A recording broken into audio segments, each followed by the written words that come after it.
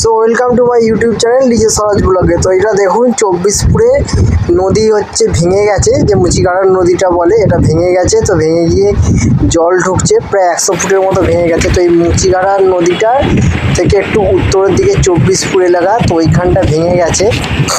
তো কালকে আপনাদের দেখিয়েছিলাম বিশ্বকর্মা পুজোর সময়ই এই নদীটার জল অনেকটাই নিচে ছিল, তো এখন বেড়ে গিয়ে পুরো কাঠের পোলের কাছে হয়ে গেছে। তো এইখানে জল বাড়ার সাথে এই যে দেখছেন জল আস্তে আস্তে বন্যা ঢুকছে, তো সেই কারণের জন্য নিচে মাটির জলের লেয়ার থেকেও এই কল দিয়ে অটোমেটিক্যালি জল উঠছে। তো এটা খুবই একটি রহস্যজনক বিষয় হলেও এটা বাস্তব যে জলের লেয়ার সব জায়গায় সমান, সেই জন্য কল দিয়ে উঠছে।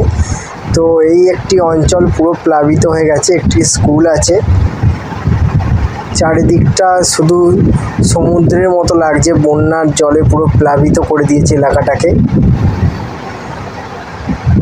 এবং এখানে দেখুন কিভাবে স্রোতের মতো ঝর্ণার আকৃতি নিয়ে জল আস্তে আস্তে গ্রামে ঢুকছে।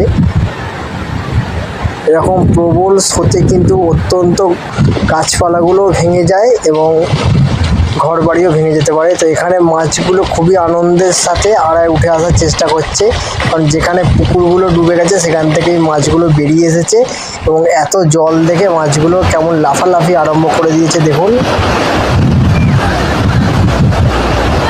So thank you.